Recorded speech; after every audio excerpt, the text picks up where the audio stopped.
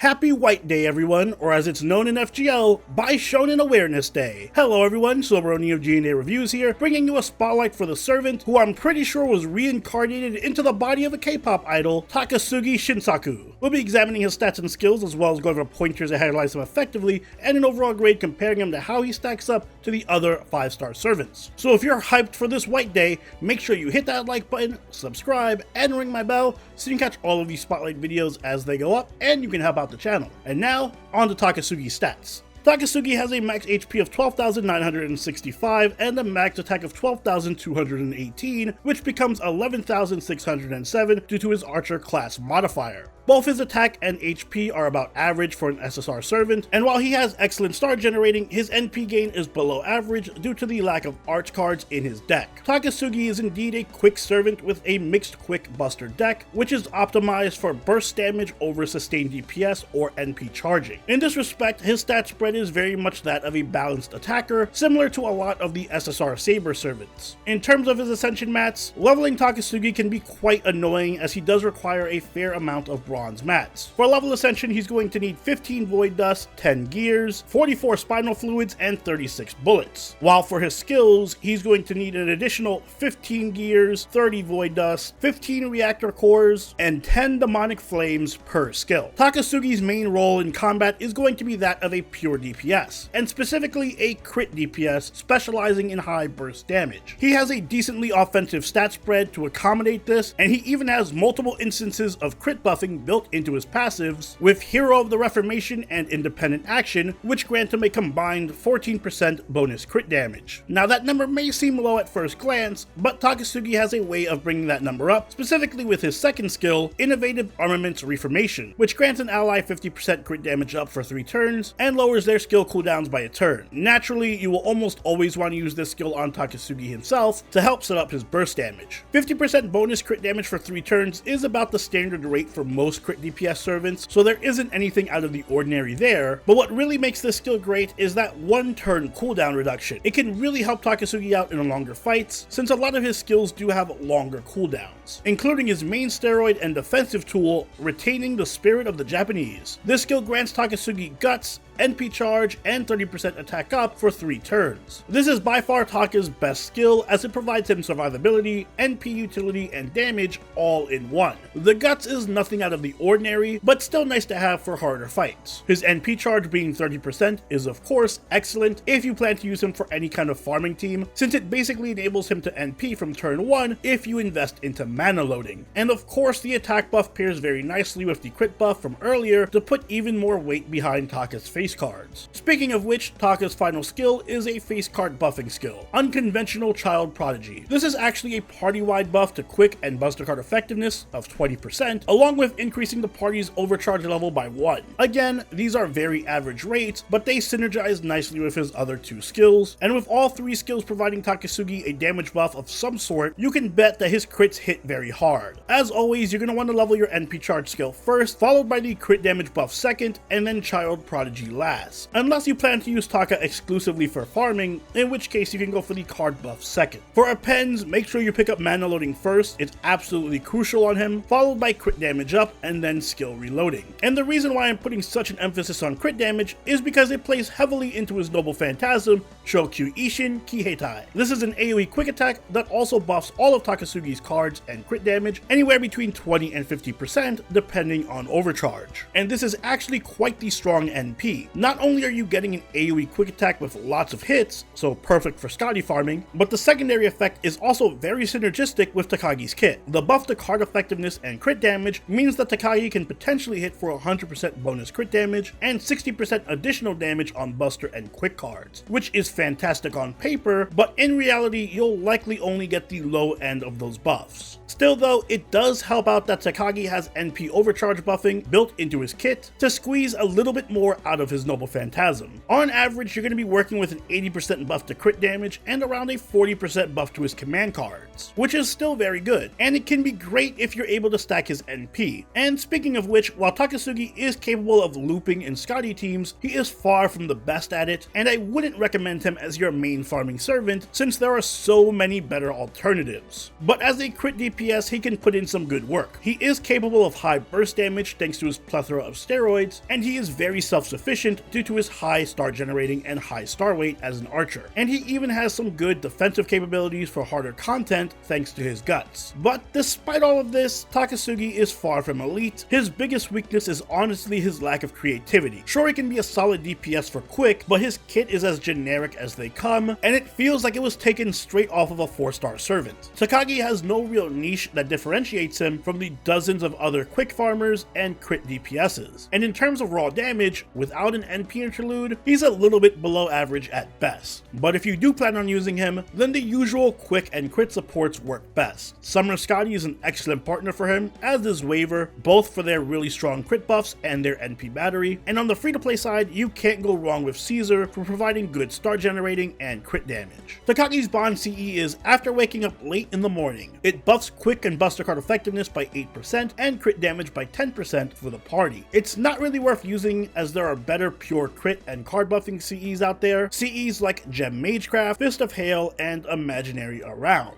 For command codes, any code that buffs crit damage, like Heavenly Child of Karama, is great, especially if you can put it on his quick cards. Overall, Takasugi isn't a bad servant. He can push out respectable damage from his face cards thanks to all of his card buffs. He is technically capable of looping and farming setups, and he can even be a solid crit DPS. But he faces intense competition from pretty much every other SSR quick and crit servant, and his lack of a niche makes it really hard to differentiate himself from the better alternatives. His kit is also extremely outdated and generic. So all in all, Takasugi gets a C+ from me. In my opinion, he suffers a fate far worse than being bad. He's boring. He has no real flair or uniqueness to his kit, and there are just better options out there even among the SR servants, whether it comes to wanting a crit servant or a farmer. I mean, he's so generic that I've changed his name multiple times throughout this video, and I bet most of you didn't even notice. And those are my thoughts on Takasugi. He has a great visual design, so I'm sure a lot of people are going to roll for him, but unfortunately, he just doesn't have the gameplay to match his style. But what do you think? Let me know in the comments down below, and if you haven't already, do please leave a like if you enjoyed the video, and subscribe if you really enjoyed it. Follow us over on Twitter, chill with us on Twitch, and join the party over on Discord, all linked